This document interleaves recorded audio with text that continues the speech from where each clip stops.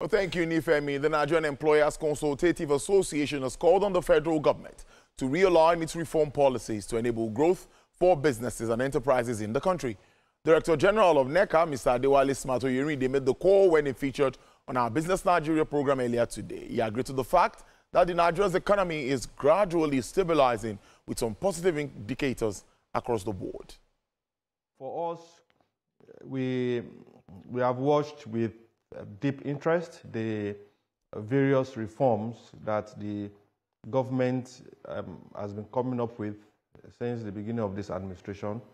Rightly so, those reforms were needed to take our economy to the next phase or create the foundation for the economy to move in the trajectory that we believe it should move.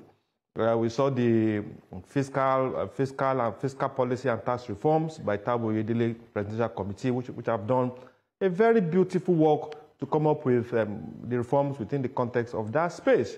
So many reforms going on at different levels of government. And part of the conversation we want to have is that the need to align those reforms so that one beautiful reform does not, unfortunately, contradict or neutralize the reforms in some other sector.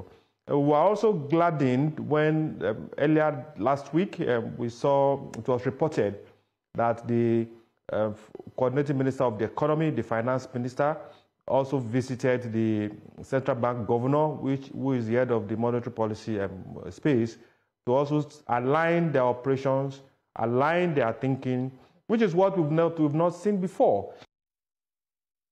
Meanwhile, the National Drug Law Enforcement Agency, Apapa Strategic Command, says it is scaling up community-based actions to combat drug abuse and illicit trafficking ahead of the 2025 International Day Against Drug Abuse.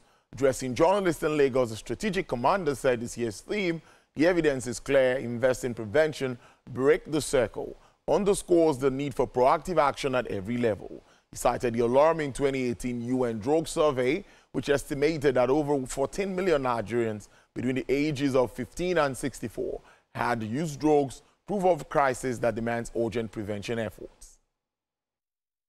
The theme urges us to strengthen actions and cooperation in curtailing the availability, accessibility, and affordability of drugs.